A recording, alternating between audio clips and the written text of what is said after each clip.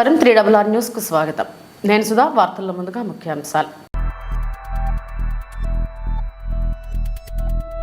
తిరుమల శ్రీవారిని దర్శించుకున్న టీడీపీ నేత నారా లోకేష్ కుటుంబ సభ్యులు.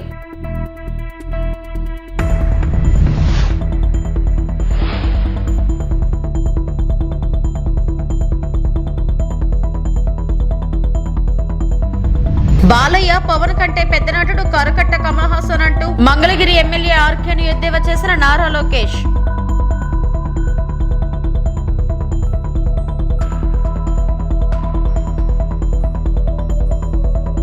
జనసేన అధినేత పవన్ కళ్యాణ్ పోటీ చేస్తున్న పిఠాపురంలో ఆ పార్టీకి గట్టి షాక్.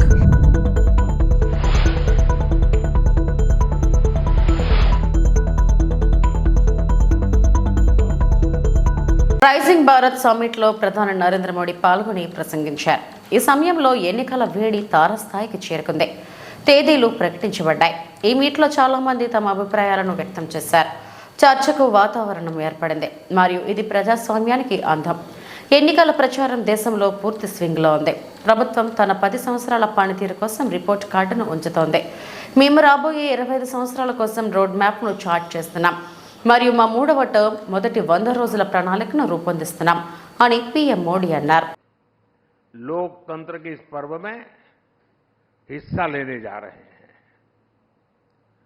मदर ऑफ डेमोक्रेसी के तौर पर ये हर भारतीय के लिए, यहां इस हॉल में बैठे प्रत्येक व्यक्ति के लिए और आपके टीवी के दर्शकों के लिए भी उतनी ही गर्व की बात है. साथियों, आज पूरी दुनिया 21वीं सदी को भारत की सदी कहती है. बड़ी बड़ी रेटिंग एजेंसीज, बड़े बड़े अर्थशास्त्री, बड़े बड़े जानकार राइजिंग भारत को लेकर बहुत आश्वस्त है.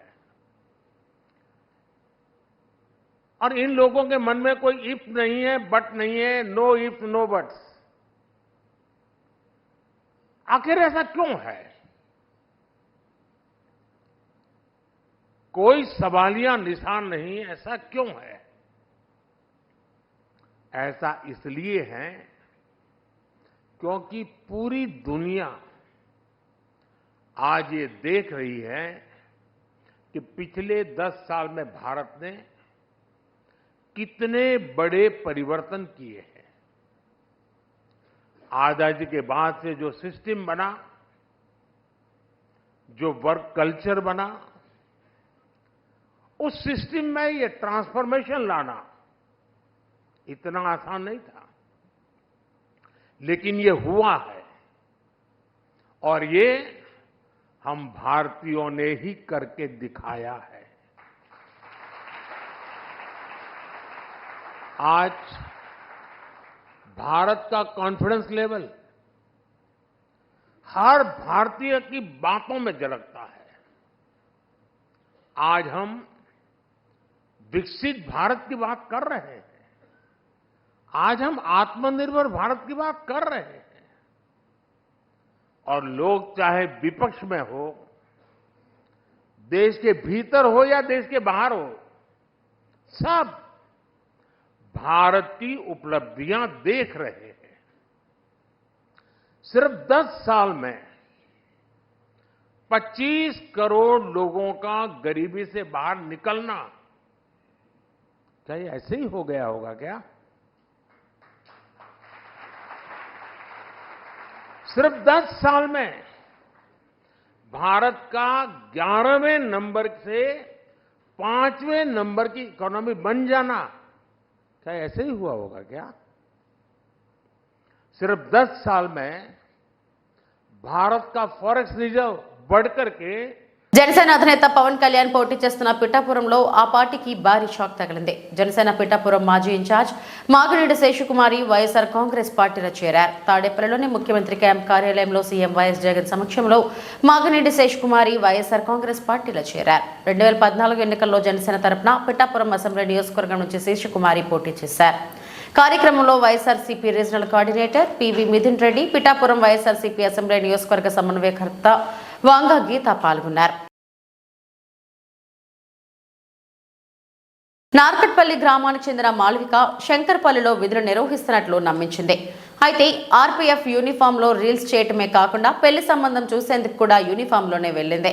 యూనిఫామ్లోనే వీఐపీ దర్శనాలు, ప్రభుత్వ కార్యాలయాలకు వెళ్లడం చేసింది. పెళ్లి సంబంధాల కోసం అబ్బాయిల తరపు వాళ్లు అధికారులను సంప్రదించగా మోసం బయటపడింది. ఆర్పీఎఫ్ పోలీసులు మాళవికను అరెస్ట్ చేసి రిమాండ్కు తరలించారు.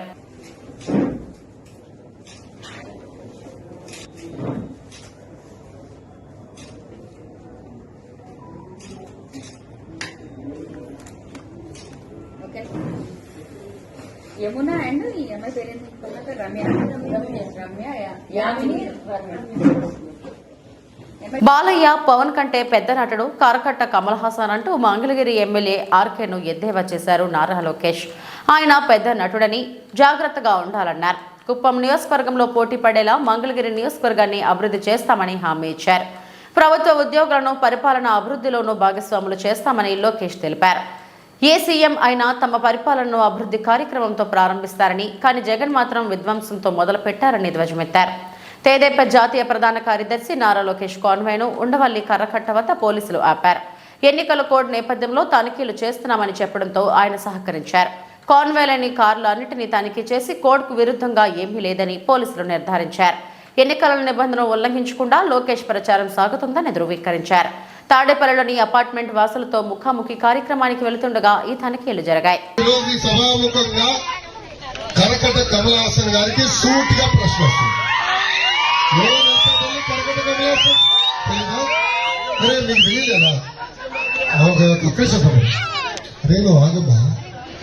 పెద్దమ్మకి తెలియదంట చెప్పని అమ్మా. బాలబాబు గారు తెలుసు కదా, పవన్ అన్నా తెలుసు కదా, వాళ్ళిద్దరు కన్నా అద్భుత నటుడు ఉన్నాడు. అతని పేరు కరకట్ట కమలాసన్. మన నియోజకవర్గ శాసనసభ్యుడు ఆల రామకృష్ణారెడ్డి గారు.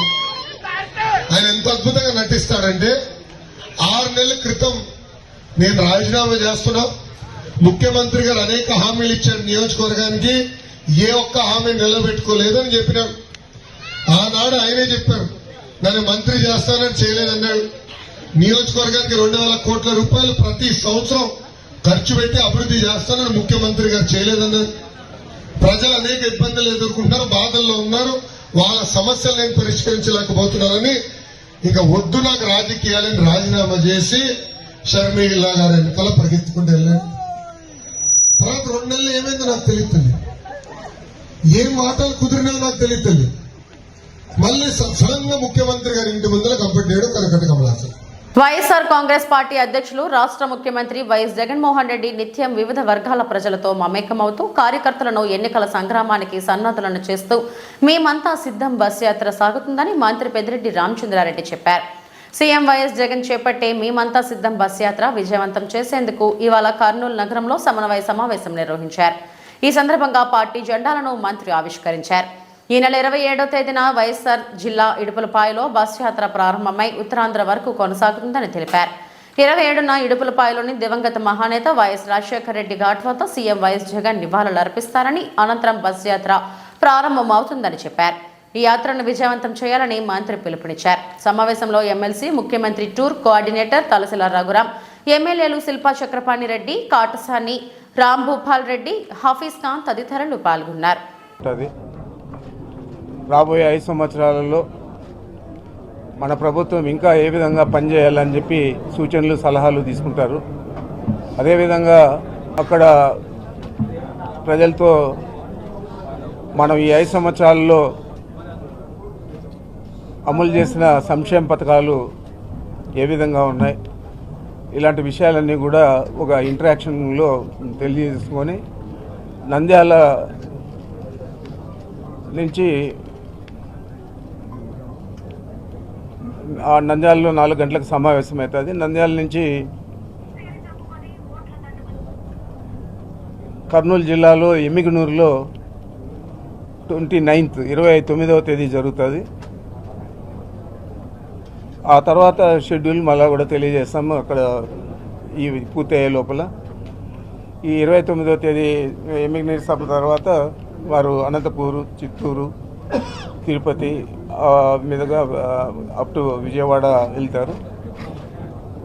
ఈ 4 సభలు కూడా కడప జిల్లాలో, నంద్యాలలో, కర్నూలులో, అదేవిధంగా అనంతపూరు, అన్నమయ్య, చిత్తూరు, తిరుపతి ఇవన్నీ కూడా రాయలసీమ జిల్లాలకు సంబంధించినవి. ఇవి తిరుపతి జిల్లాతో ఇవన్నీ కూడా పూర్తయితాయి. తర్వాత వారు నెల్లూరు నుంచి అప్ టు విజయవాడ మిగతా జిల్లాల్లో పర్యటిస్తారు. ఇదంతా కూడా ఈ సభలన్నీ కూడా ఇప్పుడే మీకు అంతా కూడా చూపించాం, మేమంతా సిద్ధం అని చెప్పి.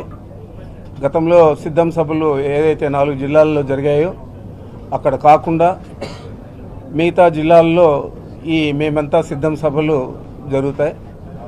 కార్యకర్తలు, నాయకులు, క్యాడర్కి సంబంధించిన వారందరూ కూడా ఈ సభల్లో పాల్గొంటారు. తప్పకుండా ఇది బాగా విజయవంతం చేయాలని చెప్పి ఈరోజు మా శాసనసభ్యులందరినీ కూడా, అదేవిధంగా పోటీ చేస్తా ఉన్న అభ్యర్థులందరినీ కూడా సమాయత్తపరచడానికి ఈ సమావేశం ఏర్పాటు చేశాం.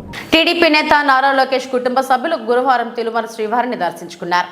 కుమారుడు దేవాంశ్ పుట్టినరోజు సందర్భంగా లోకేష్, బ్రాహ్మణి దంపతులు భువనేశ్వరి స్వామివారి సేవలో పాల్గొన్నారు. దర్శనం అనంతరం రంగనాయకుల మండపంలో అర్చకులు వారికి వేదాశీర్వచనం చేశారు. ఆలయం నుంచి బయటకు వచ్చిన తర్వాత మాతృశ్రీ తరిగొండ వెంగమాంబ అన్నప్రసాద కేంద్రానికి చేరుకున్న నారా కుటుంబం అన్నప్రసాద సేవలో పాల్గొంది. గురువారం ఉదయం శ్రీవారి భక్తులకు అల్పాహారం వడ్డించారు.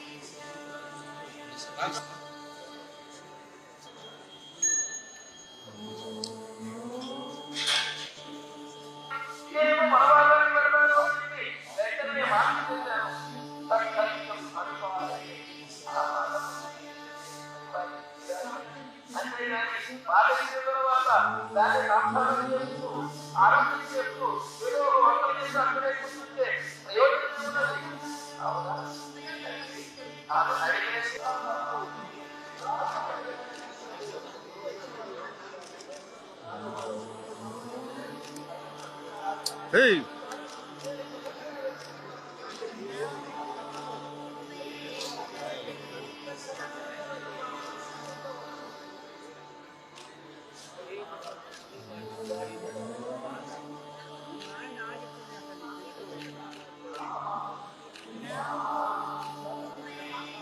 రవణ సార్ రవణ ఒక్క నిమిషం సార్ ఒక్క నిమిషం సార్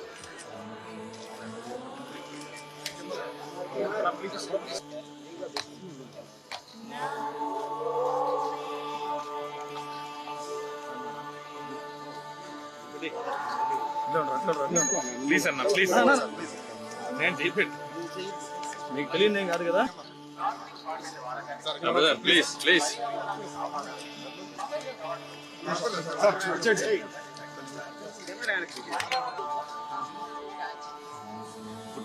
ఫ్రీగా తీసుకోండి కుమార్ కుమార్ పైన